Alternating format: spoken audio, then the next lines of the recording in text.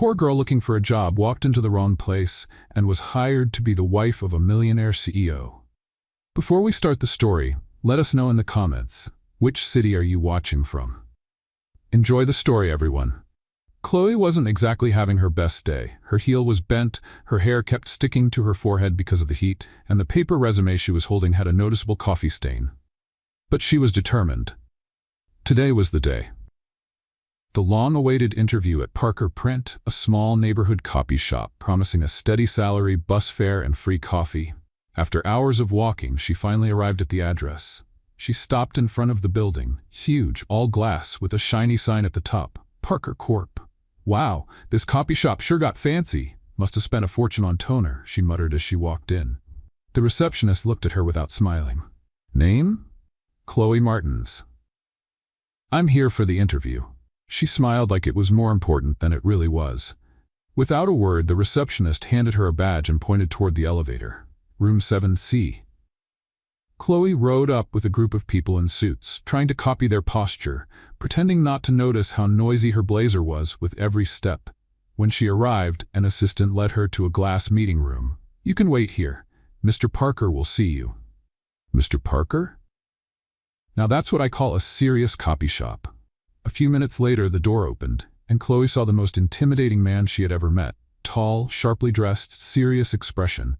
Definitely the Parker from the sign. He sat down across from her, still looking at his tablet. Name? Chloe Martins. Copy shop? He asked, raising an eyebrow at her resume. Yes, I'm an expert in A4 paper, jammed staplers, and rebellious toner. It's a natural gift. Nathan raised an eyebrow. Chloe, you're in the wrong building. Parker Print is a small copy place downstairs, 2 doors past the pharmacy. This is Parker Corp., a global tech company. The interview here is for a secretary. Secretary? She straightened up. Well, look, I'm great at that too. I answer phones like a pro. I've memorized all the classic lines. Good morning, how can I help you? And I've got a few variations with enthusiasm. He looked at her, clearly trying to figure out if she was serious. I organize files, folders, even broken hearts. And I can use spreadsheets. Well, sort of. I've opened one before. That counts, right? Nathan blinked slowly. You're really trying to convince a stranger to hire you for a position you didn't even know existed 3 minutes ago? That's what I call professional flexibility. I adapt. You want me to make coffee? I'll do it. Remind you of meetings? I'm your girl. Need me to entertain your grandma during a business dinner? I'll dance. In a long dress. Nathan pressed his lips together, trying not to laugh. You dance? Terribly, but with confidence. And sometimes that's what today's candidates are missing. Boldness. You talk a lot, and I listen well too. See? Multi-purpose, like a human Swiss Army knife. He finally laughed. You're a complete disaster. I agree, but I'm a functional disaster. If I fall, I get up. If I mess up, I improvise. If I get lost, I ask Google Maps. Nathan rested his chin on his hand and studied her. You know the last person who made me laugh in an interview? Your mom? Never. No one. Until now. Chloe blinked. Well, that's a good sign, right? Maybe. Tell me something. Why would I hire someone who walked into the wrong interview, mistook a copy shop for a global company, and just declared war on common sense? She took a deep breath and, for the first time, spoke seriously. Because I need this. Because I work hard, and if you give me a chance, I promise you won't regret it. Or at least, you'll laugh a lot. Nathan stayed silent for a few seconds. Then he stood up. Start tomorrow, 8 a.m. What? Personal secretary. Office next to mine. There'll be lots of paper and coffee, so you're already in the right mood. But please, try not to embarrass me the first week. Chloe blinked, speechless. Are you serious? Very. And don't call me Mr. It's Nathan. Just Nathan. He walked out. Chloe stood there, staring at the door. For a moment, she thought this was a prank show. But no, it was real. She got in the elevator still in shock, holding her badge like it was a trophy. I walked into the wrong building and got a job. Either I'm really lucky or he's really crazy. Maybe both. At the top of the building, watching through the glass, Nathan Parker saw her leave. Chloe showed up at 7:56 a.m. That was a miracle on its own. Getting up early was already hard. Getting up early and excited? That deserved a star on the Walk of Fame. She walked into Parker Corp with the same badge from the day before hanging around her neck and a smile that tried to hide how nervous she was. She was wearing her best formal outfit, also known as the least wrinkled blouse and the pants she could zip up without holding her breath. As she approached the front desk, the same receptionist from the day before gave her the same, "Are you serious?" look. Chloe just waved cheerfully. "Good morning. First day on the job, you can smile. I promise not to put toner in the wrong place. I mean, there's no toner here anyway, right?" She laughed to herself. The receptionist didn't. She headed up to the 17th floor like she'd been working there for years. The truth was, she was counting her steps just to keep from passing out from anxiety. When she got off the elevator, she was met by a woman who looked perfect. Clipboard in hand, high heels clicking down the hallway like an angry metronome. "You must be Chloe?" "That's me, the new secretary, officially hired by mistake, but ready to make it work." The woman raised an eyebrow but said nothing. "I'm Amanda, executive assistant. I'll show you your desk and the basics to keep you from getting fired on your first day." "Love the motivational tone. Very reassuring," Chloe said, already tripping over her own feet. Amanda didn't laugh. Maybe she had the same software as the receptionist. Chloe was led to a wide desk with a computer, phone, notepad, and a white mug that said, "Keep calm and schedule it." "This'll be your desk. Your job is to schedule, answer, organize, and keep Mr. Parker on time, which I should warn you is like trying to get a lion to do yoga." "Nice. I like a challenge. I once got a cat to take a bath.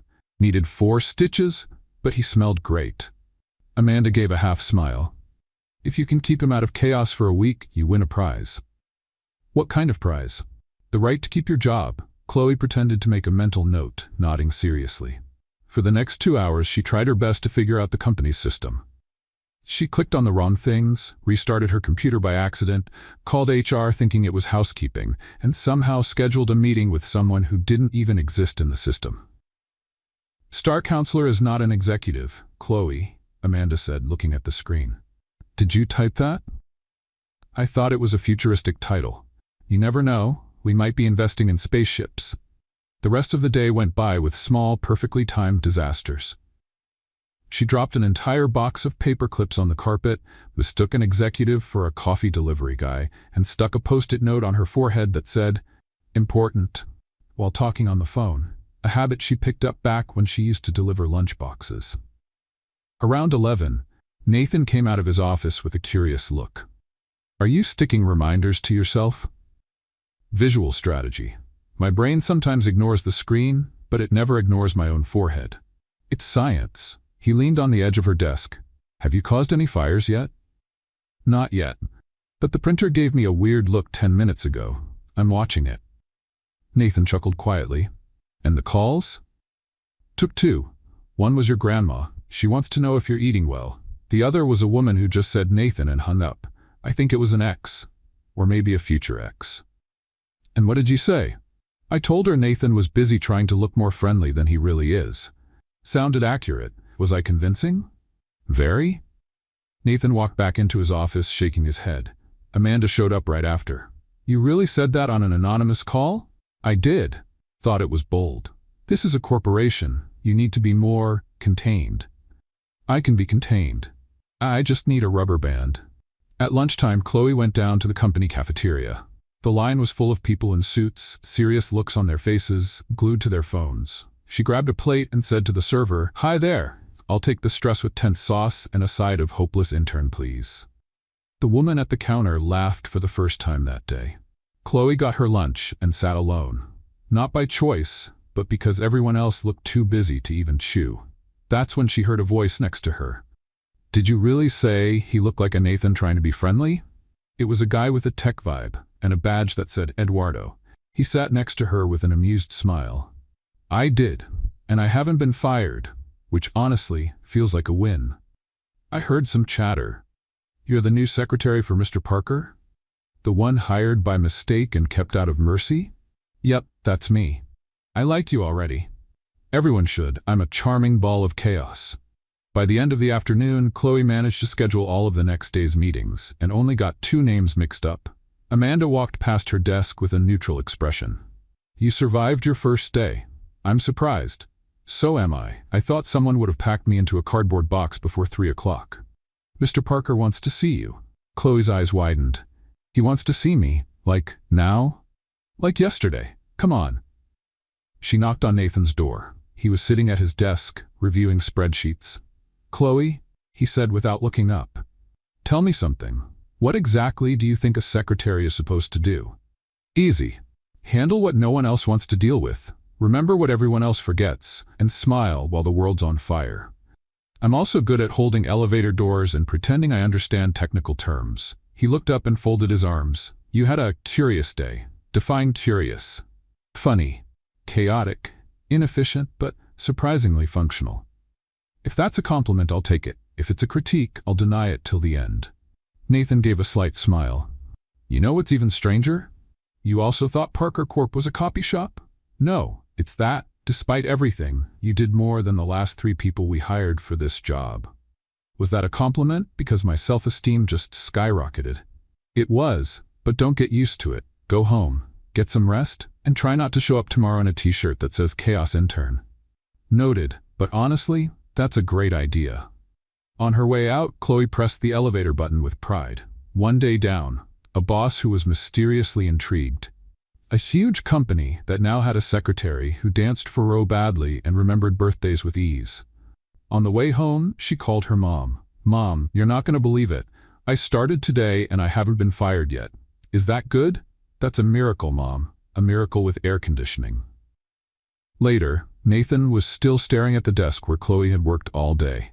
He saw the colorful sticky notes on the monitor. One of them read, "Don't forget to remember," he smiled. That girl's nuts. Nathan Parker was in his office, blinds half closed, reviewing reports on his tablet and nursing a mild headache. He just finished his second cup of coffee when his phone buzzed with the name that always made his shoulders tense. Grandma Dolores. He answered cautiously. Hi, Grandma. Don't give me that tired hi. It's noon, and I doubt you've eaten anything decent. Coffee doesn't feed a grown man, Nathan. And it doesn't hide dark circles either. Nathan sighed and leaned back in his chair. I'm fine, really. Just a busy day at the office. My time's what's running out, so I'll be direct. Since you can't seem to find someone on your own, I'll take care of it. I'm setting up some dates with nice girls. And this time you're going. No excuses, no disappearing at the last minute. Got it? Nathan felt a chill down his spine. Dolores Parker wasn't known for empty threats. Grandma, you don't have to. Yes, I do. It's about time you start a family. Most of my friends already have great-grandchildren. And what do I have? A grandson buried in spreadsheets who thinks holidays are a myth. Nathan rubbed his face. I know you worry, but it's not that simple. It is. You're the one who makes it complicated. I'm making calls today. One of them is my friend's daughter from church. She's a lawyer, plays piano and cooks. The full package. Mark your calendar, Friday at 7. And I'm thinking of 2 more names for next week. Grandma? No, Grandma. This is an ultimatum. You'll go on those dates, and if you don't, I'll come to that office and drag you out by the collar myself. The call ended without another word. Nathan stared at the black screen of his phone for a few seconds in total silence. That's when he heard someone humming outside the office. It sounded like a jingle from a cereal commercial. He got up and peeked through the blinds. Chloe was sitting at her desk on the phone with someone from the events team. Yes, of course. Mr. Parker will be available at 3. No, he doesn't bite. He just growls a little before lunch, but that's normal. She laughed. Yes, thank you. Talk soon. Nathan watched her for a few more seconds, and that's when the idea hit him. It wasn't just a practical solution. It was bold. And he hated to admit it, but it made sense. A few minutes later, Chloe was called into Nathan's office. You called for me? She said, standing in front of his desk, her name badge slightly crooked, with a smile that always seemed spontaneous. Close the door and have a seat, please. I need to talk to you about something, a little out of the ordinary. If it's about the email I sent that said, "Good morning" with 3 eyes, I can explain. I was just excited. No, that didn't bother me. Oh, then I'm nervous for nothing. Nathan laced his fingers together on the desk. My grandma wants me to get married, and now she's set on setting me up with women I've never even met. She already scheduled one for this Friday. And you brought me here to stop that from happening? Because if that's the case, I might need a more detailed plan. Actually, I was thinking of something more straightforward. I need you to pretend to be my girlfriend. Chloe's eyes widened. You want me to pretend we're dating? Just for a while. If my grandma thinks I'm in a serious relationship, she'll stop arranging these surprise dates. And why did you think I'd be the best person for this role? Because you're convincing and unexpected. No one would guess I'd fake a relationship with my brand new assistant. It'll look real. Chloe crossed her arms and looked at him. So you saw me humming in the hallway and thought, yeah, she's perfect to fool a sweet old lady? Something like that. And what's in it for me? A bonus, flexible hours, and job security while the deal lasts. She leaned back in her chair, thinking, this is a little crazy, but I might be just crazy enough to consider it. So tell me, how's this gonna work? Dinners, smiling in pictures at events, lovey-dovey glances in the elevator? Just enough to convince my grandma. No need to overdo it? So no dramatic kisses in front of the living room piano? Only if my grandma asks, and even then, I hope not. Chloe was quiet for a few seconds. Then she gave a sideways smile. All right, I'm in, but I have a few conditions. Conditions? Yes. 1. No meetups before 9 in the morning. 2. If someone asks if I'm in love, I want to say you won me over with quarterly reports. And 3. In public, you'll smile, at least with your eyes. Nathan took a deep breath and held out his hand. Deal. She shook it firmly. We're gonna fool a sweet old lady together. How lovely. On Friday, Chloe got ready carefully. Nothing over the top. A simple dark blue dress, a loose bun, and a touch of soft lipstick. When she came downstairs, she saw Nathan waiting with the car out front. You look appropriate, he said, avoiding a compliment as usual. And you look exactly like always. CEO face, CEO outfit, and that expression like you've already planned dinner, breakfast, and lunch for Sunday in 2045. Shall we? Sure, I'm excited for my first dinner as the hired girlfriend. Can I say you snore? I don't snore. Denial is the first symptom. The Parker family home was in an upscale neighborhood, surrounded by neat trees and carefully designed gardens. Chloe felt like she'd stepped into a home design magazine. Dolores greeted them with a warm smile and a hug that was firmer than Chloe expected from someone over 80. Finally, a real young lady next to my grandson. I was starting to think he was made of ice. He's more like dry ice. Seems cold, but get too close and you're lost in a fog of confusion, Chloe said with a smile. Dolores laughed loudly. During dinner, Chloe was perfect. Polite, fun, honest. She talked about her childhood, her goals, even pretended to like economics books just to impress. Dolores seemed more and more charmed. You two make a lovely couple. Have you thought about making it official? She asked. Nathan choked on his wine. Chloe calmly smiled. We prefer to take things slow. But trust me, he's practically a husband already. Yesterday he asked if we had milk in the fridge, a clear sign of commitment. Dolores laughed again, patting Nathan's shoulder. Finally, someone who balances out your seriousness with a sense of humor. I like her. On the way back, the car was comfortably quiet. Your grandma is amazing and dangerous. She likes me a lot. I noticed. Congratulations, you're the first woman in 5 years to get a direct compliment from her. I feel like I won an invisible trophy. But Nathan? Yes? If we're keeping up this act, we need to get our story straight. How we met, our first kiss, that kind of thing. All right, we'll build a timeline. And if someone asks if we've slept together, you can say yes. Just skip the details. Chloe laughed. Details are my specialty. The next morning, Nathan walked into his office and found an envelope on his desk. Inside was a handwritten list titled Our Story, Official Version. We met at the office coffee shop. You offered me sugar. Our first conversation was about the weather. So romantic. You asked me to lunch a week later. I said yes, because you looked lonely and like you lived on protein bars. Our first kiss was in the elevator. I tripped. You caught me. Classic. We don't have nicknames for each other yet, but if anyone asks, you call me Chloe and I'll call you Mr. Grumpy. Nathan smiled without realizing it. He picked up a pen and wrote at the bottom. And if they ask how I feel about you, I'll say, she makes me laugh. And for me, that means a lot. Chloe never saw the note. But if she had, she would have been surprised by how much honesty was hiding behind all that formality.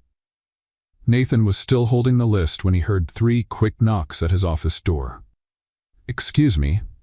Chloe's voice came in before he could answer. She stepped in holding 2 mugs. I brought coffee. One with sugar, one without. I can't remember which one you prefer, so pick fast. If it's the wrong one, pretend it's fine and pretend you forgive me. Nathan quietly lowered the piece of paper and picked the mug on the right. No sugar. You got it right. Great. That counts as bonus points in our imaginary relationship. She smiled, and just before she walked out, Nathan said, "Chloe, I think it's time we take the next step." She froze. "You mean the next step in our act, right? Because if it's in real life, I'm gonna need to sit down." "In the act, but something important. My grandmother could show up any time now, and, well, she'll expect us to be living together as a couple." "Living together, as in moving in together?" Nathan nodded, setting his mug down on the desk. "That's right. You'll need to move into my apartment, just for now." "Are you serious?" "Completely. Just until things settle down, a week or two, maybe 3. Take the time you need to get things organized. I'll help with the move." Chloe paused, thinking it through. "So, you want me to live in the same place as you, pretend to be your girlfriend, smile through dinners, maybe attend family lunches, and do all that while keeping a safe distance between my side of the house and yours. That's a good summary." "Perfect. I'm in." Nathan raised his eyebrows. "That easy? You're offering me a place to live, coffee, and a fake relationship with negotiable terms. On my list of craziest decisions, this doesn't even make the top 5. That same night, Chloe showed up at Nathan's building, dragging a purple suitcase with a faded sticker that said, "Do not touch, organized mess." She had a backpack on her shoulders and a pillow in her hands. "Ready for my new, temporary life as a pretend wife," she said, out of breath. Nathan held the door open for her. "Did you bring the whole house?" "Just the essentials. Clothes, shoes, slippers, my favorite pillow, and a few emotional necessities, like this cookie jar my aunt gave me in 2014.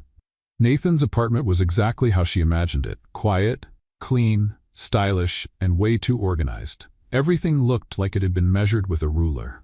Chloe stopped in the middle of the living room and slowly turned in a circle, taking it all in. "Wow, this place looks like a catalog. Where are the tangled charger cords, forgotten mugs, and shoes kicked off by the door?" "They don't exist. Everything has its place." "Well, you should take a picture now. Things are going to change." Nathan led her to one of the guest rooms. "This will be your room. You can set it up however you like. Just avoid plants that need attention," he paused. "Or pets. So the hamster I was planning to bring will have to wait." She dropped the suitcase on the floor and started unpacking with surprising speed. In 10 minutes, she had already hung a colorful scarf at the head of the bed, fluffed her personal pillow, and scattered 2 books on the side table. "There, my personal touch of chaos." Nathan appeared at the door. "Shall we talk about rules?" "Sure. I'm ready. We can even make a bulletin board with heart-shaped magnets." They sat down at the dining table. Chloe grabbed a notebook and a pen. "Rule number 1, no entering my room without knocking, unless it's a fire, a hurricane, or a really big insect." "Agreed." "Rule number 2, don't touch my personal computer." "Fair." "Rule number 3, each person washes their own dishes, even water glasses. They technically don't get dirty, but morally, they do." Nathan typed something into his phone. "Rule number 4, no speakerphone calls in the shared spaces." "Perfect." "And rule number 5, any argument must be paused for chocolate or a light TV show." They looked at each other, almost smiling. "We're being very reasonable," said Chloe. "It's still the first day," Nathan replied. Later that evening, after a simple dinner Nathan had made, scrambled eggs and avocado toast, the two of them were watching a comedy show in the living room. Chloe sat cross-legged on the couch, holding a cushion. "You actually laugh at this?" she asked, laughing on her own. "Not as much as you," Nathan said, holding back a smile. "Is your sense of humor on mute?" "It's in observation mode. You're expressive enough for both of us." She picked up a cushion and pretended to throw it at him, but stopped. "I don't trust you enough yet to risk starting a pillow fight." Nathan stood up. "Tomorrow we have a meeting with the development team at 9, and my grandmother might call." "Want me to answer?" "Only if you want to become the family favorite for good." Tempting. Late that night, Chloe was tossing and turning in bed. The mattress was comfortable, but the silence was too much. She was used to the noise of her old neighborhood. Cars passing, neighbors arguing, a dog barking at nothing. Here, Everything was quiet and new. Let's play a little game with those who only read the comments.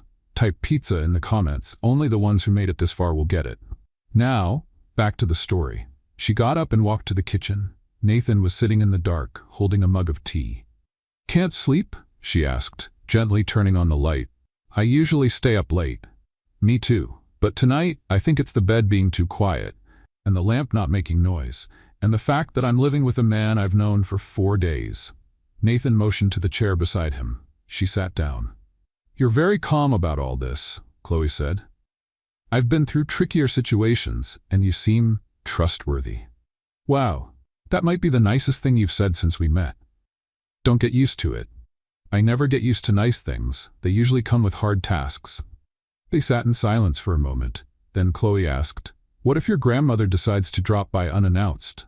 "She will. It's just a matter of time. Then we need to look convincing. Photos together, a toothbrush of mine in your bathroom, maybe even a pair of shoes by the door." "Already planning the mess?" "Strategic mess. It's part of the plan." "Fine, but don't call me honey in front of her. And you don't call me darling, unless the situation demands it." Chloe smiled. "All right, now go back to bed. We have a routine to pretend tomorrow." In the morning, Chloe woke to the sound of Nathan's alarm coming from the other room. She got dressed quickly, tied her hair up, and walked into the kitchen. He was already there, dressed in a gray suit and polished shoes. "You get ready with terrifying efficiency," she said. "Habit. It took me 10 minutes just to choose between 2 shirts. Then I picked the third one." Nathan handed her a printed list. Things to remember: birthdays, company event dates, relatives' names, and how we met.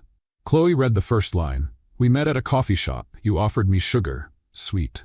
It's simple and believable. She read a little further. "First kiss, elevator, trip, rescue." Wow, that's almost poetic. Does it work? It works. But I want an appendix with backup romantic lines. Something like, "Since I met you, coffee tastes sweeter." Nathan looked at her. "Don't ever say that. Ever. It's just an example." She grabbed her purse and walked to the door. "Shall we?" Nathan checked the time. "We have 7 minutes." "Great. Just enough time for me to practice my loving gaze in the elevator mirror." "Don't overdo it. You tend to be dramatic." Chloe rode the elevator with him, both quiet for a few floors. "Nathan?" "Yes? This is still completely insane. I know. But for now, it's working." He looked at her for a second longer than usual. "For now it is." And when the elevator doors opened on the ground floor, they walked out side by side, as if they'd done it dozens of times before. Nathan had barely stepped into the office that morning when he'd already received 4 urgent emails, 2 incomplete reports, and a call from his grandmother asking what Chloe's favorite color was. "Why does that matter, Grandma?" "I'm buying throw pillows for the engagement gift you haven't told me about yet. I want them to match her sofa." Nathan sighed and leaned against his desk. "Navy blue. Will that do?" "Perfect. Just don't show up with a cheap engagement ring. I've sent you some options by email." He hung up and looked at the door. At that exact moment, Chloe walked in with her purse over her shoulder and a box of donuts in her hands. "I thought today was a good day to start with some sugar," she said, smiling. "Unless there's a diamond ring inside that box, you're not solving my problems," he replied, taking a donut. "Wow. We're optimistic this morning. What happened?" "My grandmother called. Wants to know your favorite color so she can buy throw pillows. And apparently she's planning our engagement on her own." "Great. At least someone in this relationship is putting in the effort." Chloe sat at the table and pulled a folder with the day's schedule from her bag. "Today you have a meeting with the legal department at 10, then a presentation with the marketing team, and," she turned the page, "a dinner with investors at 7. And yes, it's listed as a social event. They want to meet the couple." Nathan frowned. "Who confirmed us as a couple?" "I did. You were too busy yesterday and we needed to reply, and since we're pretending to be in a relationship, I figured social events were part of the deal." He took a deep breath but didn't argue. "All right, but I want to go over a few ground rules before then. No jokes about my childhood, no mentioning my snoring, and please don't bring up the time I spilled coffee in the elevator. You turned as red as a tomato that day. It was adorable." "Let's not emphasize that." "Okay, I'll be the perfect, charming, quietly in love character." Quiet? Okay, moderately quiet. That afternoon, as they left a meeting with the logistics team, Chloe pressed the elevator button eagerly. I bet we'll get it empty. I like the quiet and the soft music. Makes me feel like I'm in a spy movie. Nathan raised an eyebrow. You make up stories in elevators? Of course. I've been abducted by aliens in one, confessed love to my archenemy in another, and once fought off a killer clown in my mind. That explains a lot about your behavior. The elevator doors opened, and they stepped in alone. Chloe leaned against the wall. If this were a movie, this would be the moment when the tension between the characters builds. They look at each other in silence, the music swells, and then she stopped when she saw Nathan cross his arms and chuckle softly. You really believe that? Of course. Every good story has its elevator moment. It's where everything changes.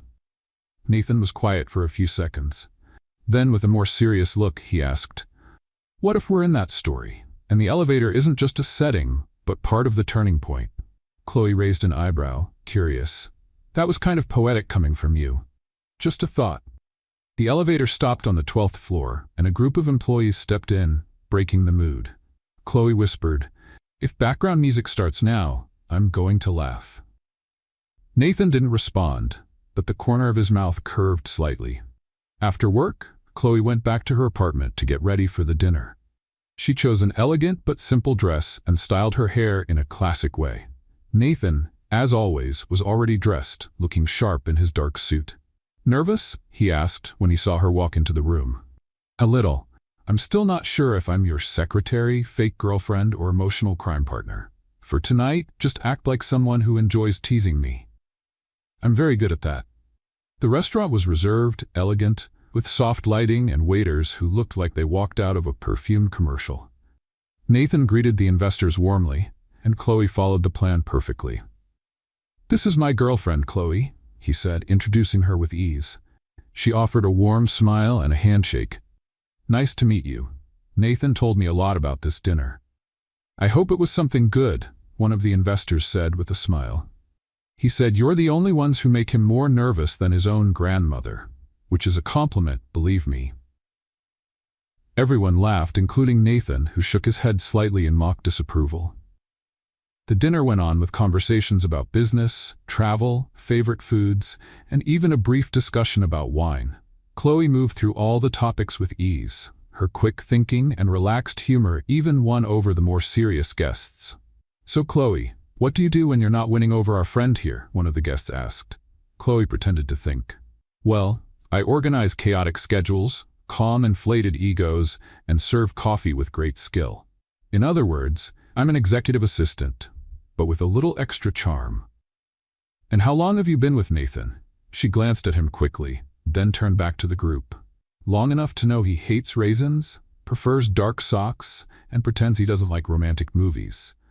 But cried at one about dogs. Nathan cleared his throat quietly and reached for his water glass. Chloe is very observant, he said in a neutral tone. It's a natural talent. I have emotional radar and a sharp eye for fake tough guys. The group laughed again, and even though Nathan tried to keep a professional face, he couldn't hide how impressed he was. On the way back to the car, the two walked in silence. Chloe looked at the busy street with a small smile on her lips. They liked me, she said. You did well. Was that a compliment? It was just a fact. She looked at him. You did well too, less grumpy than usual. Almost friendly. I was under pressure. I couldn't blow our cover. Right. And when you defended me from that joke about my music taste, that was an automatic reaction. You've been having a lot of automatic reactions lately. You'll end up getting used to me. Nathan didn't answer. He just looked out the window for a few seconds. Chloe? Yes? Doesn't this bother you? What do you mean? All of this, pretending, being here, having your routine disrupted by me. She thought for a moment before answering. It's strange, but it's the good kind of strange. I feel like, for the first time in a long while, I'm part of something. Even if it's something unlikely and a little crazy. Nathan stayed quiet. There was a sincerity in her words that he wasn't ready to take in. Back at the apartment, Chloe went straight to her room. She took off her shoes, sat on the bed, and let out a deep breath. It had been a good day. Intense, but good. In the living room, Nathan was looking at the paper she had left a few days earlier, the official story list. He picked up a pen and added a line. 8. She can turn a boring dinner into something memorable. Later, Chloe walked into the kitchen for some water and found Nathan making tea. Still up? Yes. Want some? She nodded and sat at the counter. You know what's funny? She said. I feel more at ease here than I have at home in months. Nathan looked at her closely. Why is that? Maybe because here, I feel seen. Even if it's for something silly like fooling a charming grandmother. You think it's silly? Maybe not that much. Maybe I'm starting to like the feeling of belonging. He handed her a cup and sat beside her. Chloe? Thank you for today. She smiled. You're improving. Soon you'll be thanking me with flowers and everything. Let's not go overboard. They drank their tea in silence, the city lights shining through the window. Neither of them said it out loud, but in that moment they both knew the plan was starting to spiral out of control. And maybe that wasn't such a bad thing. Life at Nathan's apartment was slowly starting to feel, surprisingly, comfortable. Chloe had adapted quickly to a home filled with large windows, perfectly balanced furniture, and a man who used the same tone of voice to say good morning and critique spreadsheets. She even created an anti-silence playlist with calm instrumental music to play during breakfast, which mildly irritated Nathan, but he never asked her to turn it off. Does music actually improve your mood? Or are you just pretending not to hate my picks? She asked one morning, slowly stirring her coffee. I can handle 3 tracks. After that, I feel like I'm living in an elevator. A luxury elevator, please? She smiled. Nathan just raised an eyebrow. After a few days together, the pretending had started to feel automatic. They had inside jokes, stuck to their household rules, and Chloe knew exactly when in the day Nathan needed coffee, even without him saying a word. She always left a cup on his desk at 2:27 p.m. This is spooky, he said on the 3rd day. This is emotional efficiency, dear, she replied, giving him a wink. On Thursday, while Chloe was reviewing her schedule, a message popped up on her phone from a name she hadn't seen in a long time. Ethan Hale. Hey, I heard you're at Parker Corp. I'm in a meeting on the 10th floor.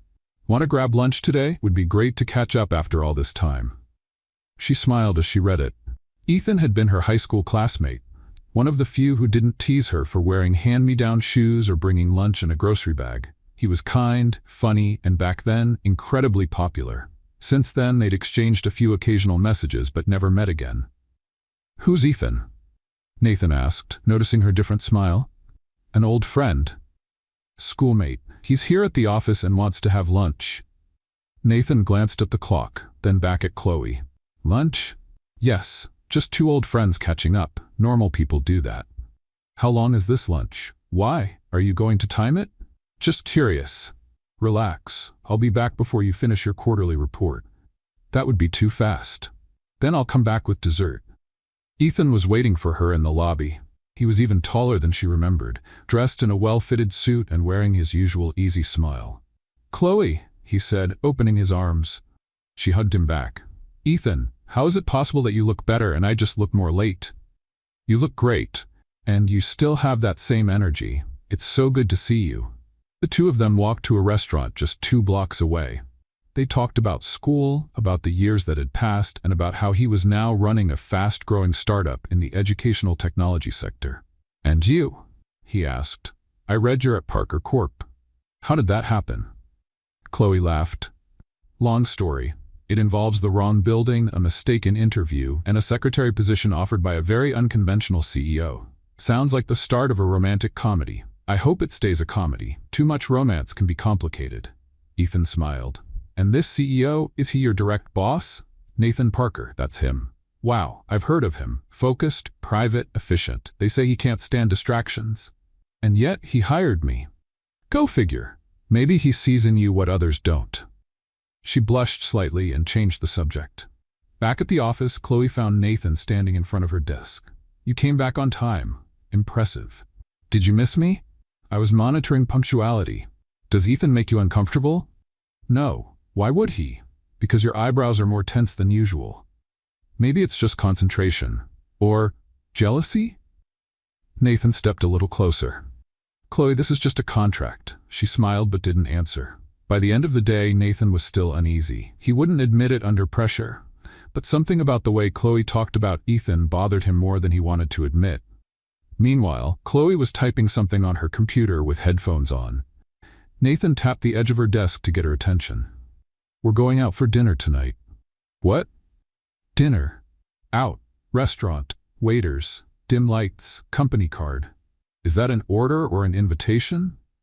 "It's part of the role. We need to be seen in public every now and then. It's part of the act." She smiled. "Got it. I'll wear my blue dress, the one your grandmother would approve of." The restaurant Nathan chose was elegant but low-key. Soft lighting and instrumental music. Chloe felt like she was in one of those movies where everything slowly starts to change.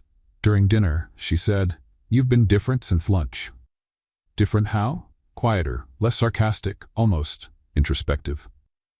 "Maybe it's the setting, or maybe I'm digesting emotions." She laughed. "Are you admitting you feel something?" "I'm saying my stomach feels the weight of responsibility." "I'd say you felt something when you saw Ethan." Nathan kept his eyes on her. "And you? What did you feel when you saw him?" Chloe was quiet for a moment. "Nostalgia. He was one of the few people who were kind to me in school. But honestly, he didn't make me laugh like you do." Nathan hadn't expected that answer. And for a moment, he didn't know how to respond. "Did you just compliment me?" "Better remember it. It won't happen every day." Noted. On the way home, while riding the elevator, Chloe leaned against the wall with her arms crossed. "You know you act strange when you're jealous?" "I wasn't jealous." "Of course not. You just answered 3 times more bluntly than usual and suggested a last-minute dinner like you were trying to buy my attention." Nathan looked at her. "You're really good at reading people. Only the ones who try hard to hide how they feel." He took a deep breath. "Chloe, this isn't part of the plan." "What exactly?" "Feelings. Jealousy. Confusion." "I know, but we're human, and humans complicate even the simplest things." The elevator reached their floor. They walked out without saying another word. Later that night, back home, Nathan walked into the kitchen and found Chloe sitting at the counter, eating cereal straight from the box. "Too early for breakfast, too late for dinner," he said. "It's the meal of emotional confusion. It fits the mood." He poured himself a glass of water and leaned against the counter. "About today?" "It's okay," she cut in. "I get it. We're just pretending." "Chloe." She stood up. "I know the plan was simple, but life never is. And look, I'm willing to keep pretending, but don't ask me to ignore that it's starting to feel more real every day." Nathan watched her for a long moment. "I didn't want you to get hurt." "What if it's you who ends up hurt?" She gave a half smile and walked out of the kitchen, leaving Nathan alone, with more questions than answers. In her room, Chloe lay down hugging a pillow. For the first time, she couldn't tell the difference between what was pretend and what was starting to feel real. And on the other side of the wall, Nathan couldn't sleep either. They were pretending. But deep down, they both knew. This was no longer just an agreement. It was becoming something neither of them had planned for. It was a Friday night, and the Parker Corp building was almost completely dark. Most departments had wrapped up for the day. The elevators made less noise, and silence filled the hallways. Except for one room where the light was still on. Nathan was at his desk, tie loosened, going over a detailed report on expansion investments. It was already past 8, but the pile of documents kept growing instead of shrinking. He took another sip of cold coffee and rubbed his face. Chloe appeared at the door with a glass of juice and a chocolate bar in her hand. "Nighttime intervention," she said, handing him the juice. "No one's productive with bags under their eyes that big." Nathan took it without protest. "You're still here? Someone has to make sure you eat something that's not just caffeine. Besides, I'm reviewing the contracts for Monday's event. And honestly, it's easier to work at night when no one's asking me to resend the same email for the 4th time. You don't have to stay."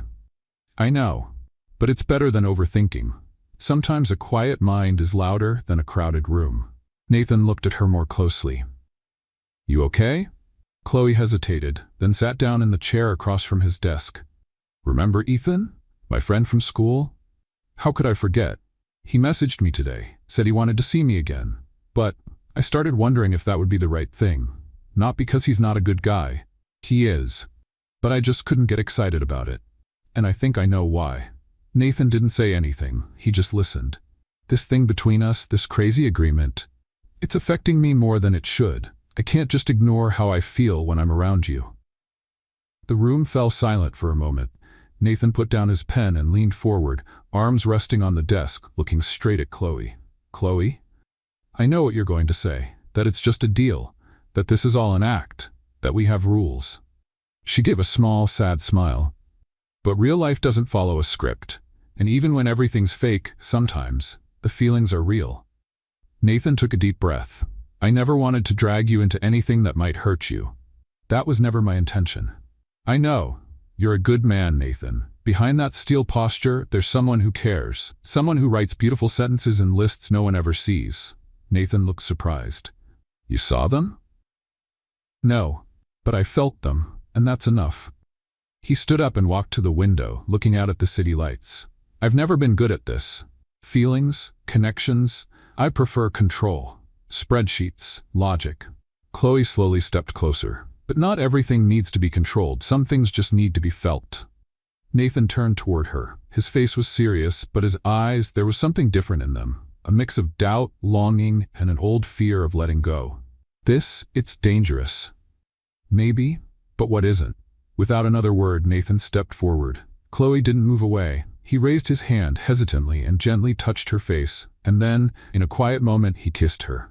It wasn't a planned kiss, or a controlled one.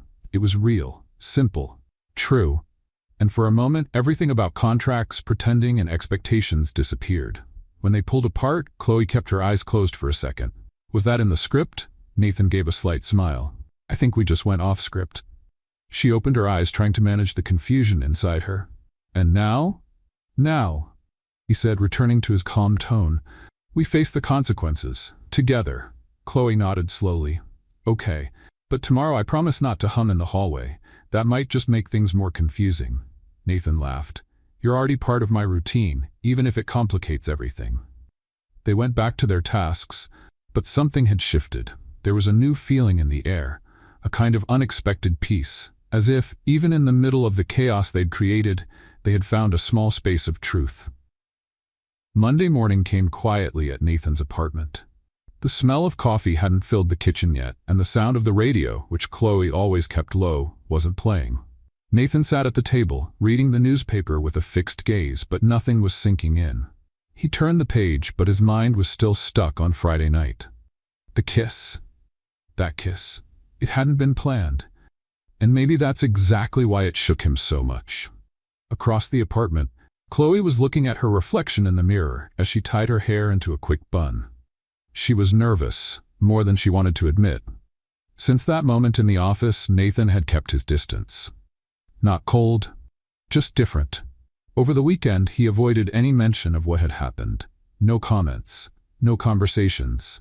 Everything seemed carefully ignored. She walked quietly into the kitchen and found Nathan already dressed to leave. He was standing still, holding a cup, staring out the window. Good morning, Chloe said with a soft smile. Good morning. The reply came quickly, but without looking at her, without the usual tone, without that light teasing that had become natural between them. She slowly opened the fridge, pretending to look for something, then grabbed an apple. Did you sleep well? More or less. Silence. She took a bite of the apple, trying to think of a way to break the tension. About Friday? Nathan turned around immediately. Chloe, I think it's better if we don't talk about that. She paused. Not talk about it? It was a moment, a distraction. It's not part of our arrangement. Chloe set the apple down on the counter. And since when does life follow arrangements? We both know something's happening. Ignoring it will only make things worse. Nathan crossed his arms. I need this to stay simple. Simple? She gave a humorless laugh. You brought me into your apartment, asked me to pretend to be your girlfriend, involved me with your grandmother, your coworkers, your life. And now you want everything to stay.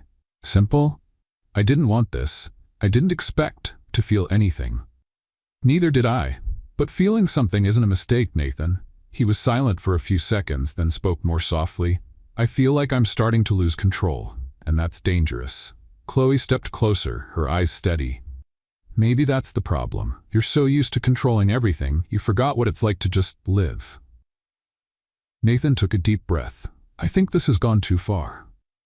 The words landed heavy between them. What are you saying?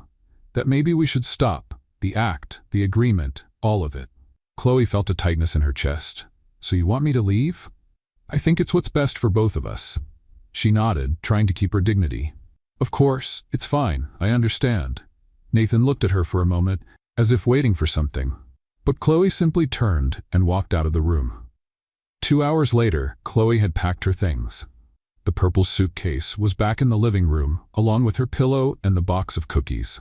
She walked through the apartment calmly, though everything inside her ached. On the kitchen table, she left an envelope with what she called an emotional receipt. Inside, a simple note. It was a good lie, so good that for a moment, I believed it. Take care of your grandmother, and of yourself too. Nathan found the note later that night. He read it once, twice, 3 times, then placed it in the drawer next to the list Chloe had written at the beginning of it all. The next few days passed slowly. Chloe returned to her small apartment, back to her modest routine, far from the bright halls of Parker Corp. She kept working, now remotely. Nathan had kept her on, but with distance. Formal emails, cold messages, and she also avoided any attempt to get closer. You seem quiet, her friend Megan said during lunch on Saturday. I'm just trying to clear my head. That has a name, Chloe. It's called disappointment. It wasn't disappointment. It was an illusion. The problem is, it felt so real. Megan held her hand. Maybe it was real, but sometimes people just don't know how to handle what they feel. Chloe gave a sad smile. And sometimes they just prefer not to feel at all. At Parker Corp, Nathan kept up his usual routine. But he was different. Quieter, more serious than usual, which was saying something. Amanda noticed first, then the others. He turned down lunch invitations, ended meetings early, and avoided any mention of Chloe. But inside his drawer, her notes remained, untouched. On Friday, Dolores called. So, how are things with Chloe? Nathan hesitated. It's over. Silence on the other end. You're saying that with the same cold tone you used to talk about quarterly numbers, Nathan? It was for the best? For who? Nathan didn't know what to say. You know what I miss, Nathan? What? When you were a little boy and you cried when a toy broke, because you really cried. No shame. Now, you break everything inside yourself and just go quiet. Nathan swallowed hard. I have to go, Grandma. Of course, but think about what you're losing, and if not for yourself, think of her. She looked alive when she was with you, and you looked human when you were with her. Let's play a game for those who read only the comments. Type Coca-Cola in the comments. Only those who made it this far will understand. Now, let's get back to the story. That night, Nathan sat alone in his apartment. Same couch, same lighting, same things in place. But something was missing. A sound, a smile. A voice that used to fill the silence with absurd comments and simple truths. He looked at his phone several times, typed messages, deleted them, rewrote, gave up. For the first time, the man who controlled everything didn't know how to fix what had been broken. And for the first time, Chloe wondered if what they had built, even if it started as a lie, wasn't, deep down, the truest thing she had ever felt. Chloe's apartment was small, but that Monday morning, it seemed a bit brighter. Maybe it was the sunlight coming through the window, or maybe the fresh coffee she had made herself. Or maybe, for the first time in days, she felt like she was standing on her own 2 feet again. She was finishing up reviewing her resume when she got a message from Ethan. The position in the communications department just opened up. They're looking for someone creative and proactive. Do you have time to talk today? Chloe smiled. Creative and proactive? I've got plenty of that, she murmured to herself. Ever since she had left Nathan's apartment, she'd been trying not to fall into the emptiness that was left behind. Yes, it still hurt. Yes, there were still nights when she reopened the note she had left for him, wondering if he'd even read it. But now, she knew she couldn't stop there. She put on her best light blue blouse, tied her hair back with a firm elastic, and popped in her headphones to boost her mood on the way. This time, it was for her. At Ethan's office, a fast-growing startup, the environment was light, modern, and completely different from the seriousness of Parker Corp. There were colorful paintings, plants everywhere, and even a shelf full of books on creativity and innovation. Ethan greeted her with a warm hug. You came. I'm glad. I needed a change of atmosphere, and the energy here is different. That's because we work with purpose. We want people who think outside the box. And you, Chloe, were never inside it. She laughed, surprised by the compliment. Is that a good thing? It's essential. They talked for almost an hour.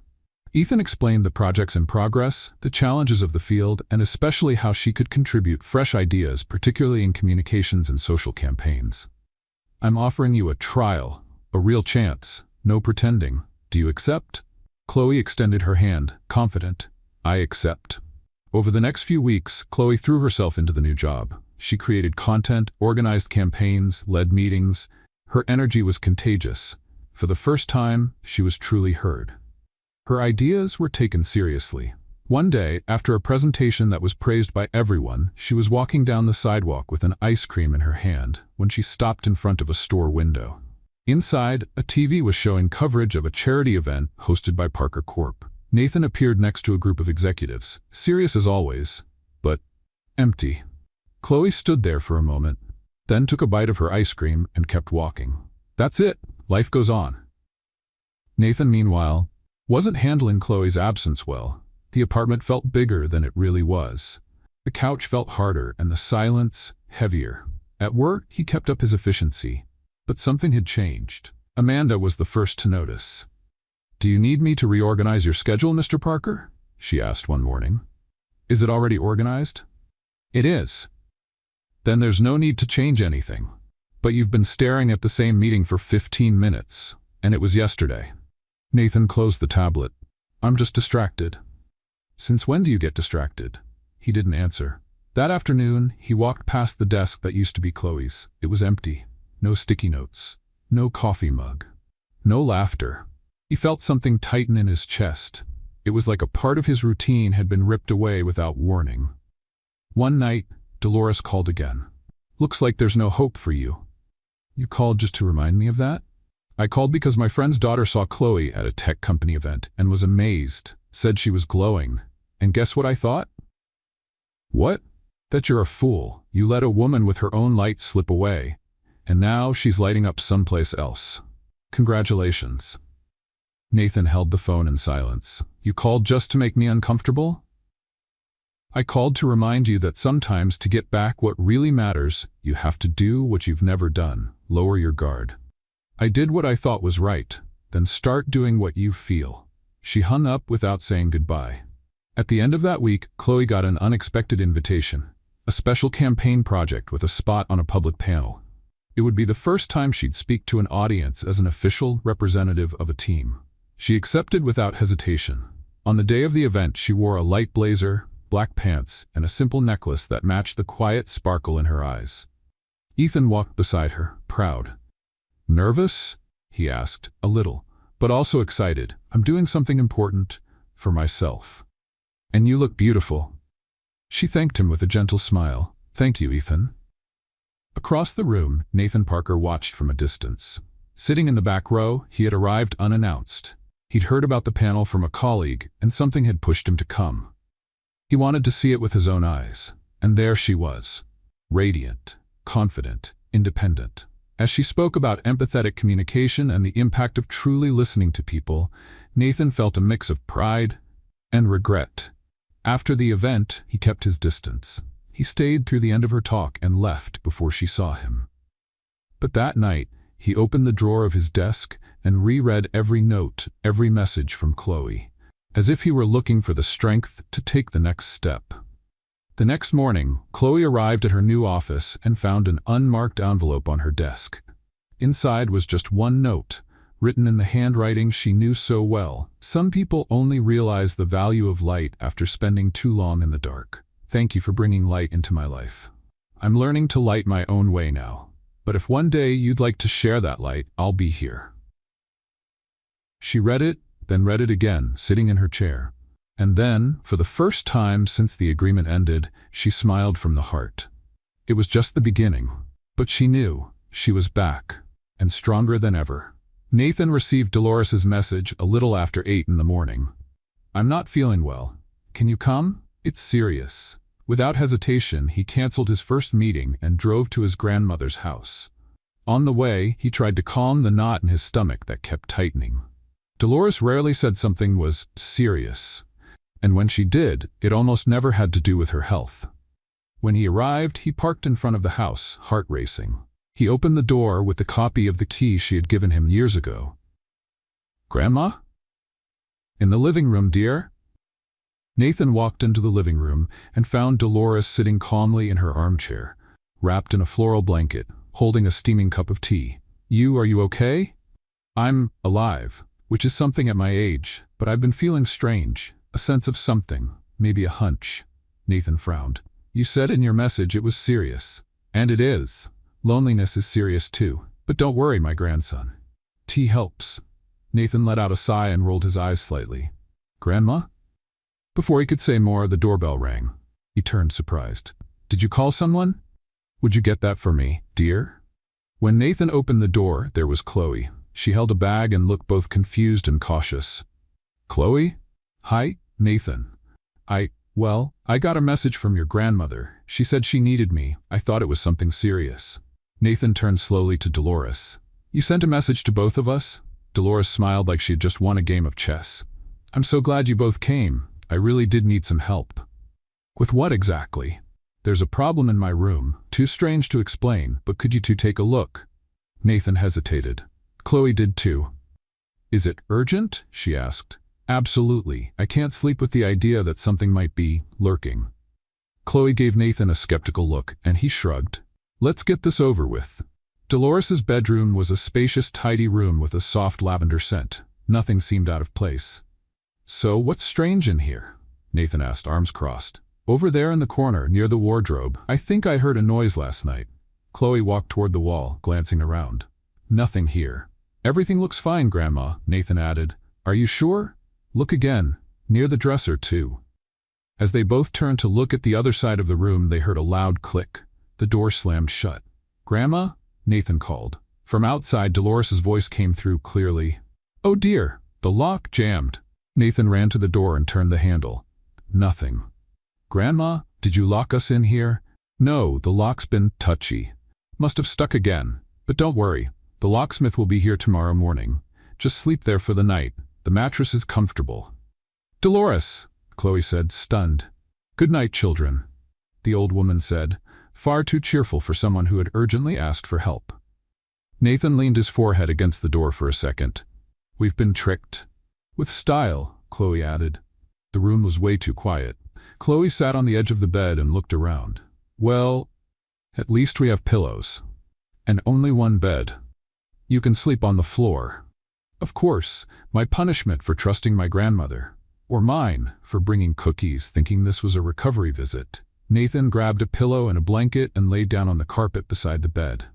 "This floor feels like it has invisible thorns. Just imagine if you'd brought your orthopedic mattress.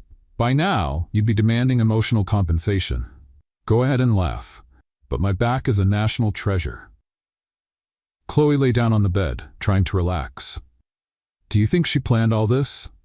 "No doubt about it." "Why?" "Because she saw what we were trying to hide, and she got tired of waiting for us to figure it out ourselves. So she thought locking us in a room would solve everything? Maybe she knew what was missing was silence and being close." Chloe turned to face the wall. "I missed you." Nathan lifted his head from the pillow, surprised. "Even after everything?" "Even then. Silence. I missed you too, every day. But I was scared of feeling, of losing control, of getting hurt. I was scared too, but being apart was even worse." Nathan stayed quiet for another moment. "Chloe, you don't have to say it all now, just tell me if you still want to try." "More than anything." Chloe smiled in the dark. "Then let's try. But this time, with less running and more talking. And no contracts." "Definitely." In the middle of the night, the room was completely silent. Nathan tossed and turned on the floor, mumbling quietly. "Chloe? The carpet won. Can I share the bed?" "As long as you stay on your side. No crossing the pillow border." "I promise." He got up, gently lay down on the edge of the bed, and pulled a corner of the blanket over him. Minutes later, they were breathing in sync. The distance between them was respected, until it wasn't anymore. During the night, Nathan shifted slightly toward the center. Chloe, fast asleep, moved too. As the sun started to peek through the window, They lay side by side, shoulder to shoulder, as if nothing had ever come between them. The soft morning light filled the room when Dolores knocked on the door. "Good morning. Are you two still alive in there?" Nathan woke up first. Chloe was still sleeping, her face peaceful. "Still alive, Grandma," he answered softly. "The lock seems to be working better now. A miracle, isn't it?" "A miracle or a setup?" "A little of both." Outside, Dolores smiled. "You know, sometimes love just needs a little push, or a well-placed lock." Chloe slowly opened her eyes, and she said, "Good morning, love." Nathan looked at her, took her hand, and kissed the tips of her fingers. "Good morning." Chloe smiled, still half asleep. Outside the door, Dolores smiled again and said, "Nothing like a good plan. Now I can enjoy my coffee in peace." 3 weeks had passed since the night Dolores had accidentally locked Nathan and Chloe in the room. Since then, everything between them had taken on a lighter, more genuine rhythm. No masks, no contract. Just two hearts learning to move at the same pace, stumbling now and then, but always laughing when it happened.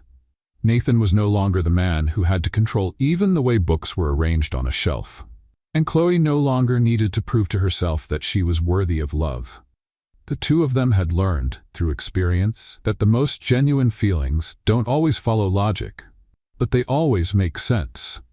That Saturday morning, the sun shone over Manhattan, and a light breeze played with the curtains in Nathan's apartment, which now was Chloe's too. Or, as she liked to call it, our neutral zone with a tendency toward messiness. Nathan was in the kitchen, slicing fruit with near-surgical precision when Chloe walked in, her hair up in a loose bun and wearing one of his t-shirts, as usual. "I like watching you with knives. It adds a dangerous charm to your image," she said, grabbing a strawberry from the bowl. "And I like seeing you in my t-shirts, though I may never find half of them again. They're keepsakes now. Sentimental items, extremely high emotional value." Nathan laughed, then looked at her for a moment in silence. "Have you ever noticed the apartment feels bigger when you're here?" Was that supposed to be a compliment? It was a poetic observation. "I'll take it, but only because I'm hungry." After breakfast, Nathan disappeared for a few minutes. Chloe found it odd, but didn't worry. She was finishing up some emails for a volunteer project when he called her from the balcony. "Chloe?" she approached with a bit of suspicion. "What is it?" When she stepped onto the balcony, she saw a small table covered with a white cloth. In the center, a blue box with a gold ribbon. All around it, photos of the two of them. In the elevator, at the dinner with the investors, at Dolores's house, even from the first time she walked into the company, wearing a badge that wasn't hers. What is this? It's a conversation, and maybe a plan. Nathan pulled out the chair for her, then sat beside her. "When you walked into my office for the first time, I thought it was just a mistake, and it was. But it was the most wonderful mistake that ever happened to me. You shook up my routine, challenged me, made me laugh, and just when I thought I could keep everything under control, you showed me that loving someone means willingly letting go of control." Chloe's eyes were already full of tears. "I never imagined that walking into the wrong building would lead me to the right place. I just wanted a job, but I found someone who saw more in me than a wrinkled resume." Nathan took out the little box and got down on one knee. "Chloe Martins, will you be my wife, my partner, my daily dose of chaos, and the reason I'll laugh forever?" She covered her mouth with her hand. "That was the most beautiful, most unexpected, and most you proposal I could imagine. So, of course I will, you wonderfully grumpy man." Nathan slid the ring onto her finger and pulled her into a tight hug. Then he kissed her like all the kisses in the world had been saved for that one moment. "I love you," he whispered. "I love you too. And now, officially, you're stuck with me. No exceptions." The wedding was set for 2 months later. Chloe wanted something small, intimate, but full of meaning. Nathan only had one request, that it be outdoors, and that Dolores be sitting in the front row. And she was, wearing a pink hat, dark sunglasses, and fanning herself like royalty. "I can't remember the last time I went to a wedding this lovely," she whispered to Amanda, who was smiling beside her. "Maybe it's because this one feels more real than any other. Or because I planned the whole thing from the start," Dolores replied, her eyes sparkling. The ceremony took place in a garden on a property just outside the city. surrounded by white flowers, string lights hanging from trees, and smiles everywhere. Chloe walked down the aisle arm in arm with her mother, wearing a soft, flowing dress with delicate details on the shoulders. Nathan stood at the altar, his eyes locked on hers as if nothing else existed. As she approached, he took her hand and said, "You look exactly how I imagined, ever since the day you told me you could dance in a long dress." She laughed, holding back tears. "And you look almost friendly. I'm a little suspicious." During their vows, Chloe took a deep breath and began. "I've never been the type to make perfect plans. My life has always been full of surprises, improvisation, and missteps. But out of all the mistakes I've made, the best one was walking into the wrong building. Because that's where I found you. And now, more than loving you, I admire who you are. I want to be the person who reminds you every day that you can smile more, complain less, and live with lightness." Nathan smiled, his eyes shining.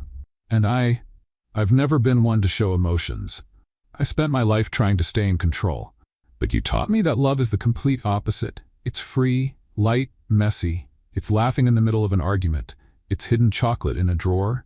It's loud music in the morning. It's you. And I want to spend every day learning how to be the man you already believe I can be." The guests stood and applauded. Dolores wiped her tears with a linen napkin. After the "I do" and the official kiss, Chloe whispered in Nathan's ear, "Now it's official. You're mine forever. And you're my favorite kind of chaos." The reception was filled with unforgettable moments. Chloe danced with Nathan to a soft song, tripping twice, which only made it more beautiful. Amanda gave a heartfelt speech about second chances. Ethan showed up as a surprise, bringing a symbolic gift, a little notebook with the words, "Great stories start with small detours." As night fell and the party lights grew brighter, Chloe and Nathan walked into the garden, just the two of them for a few quiet minutes. They sat on a bench, watching the guests from a distance.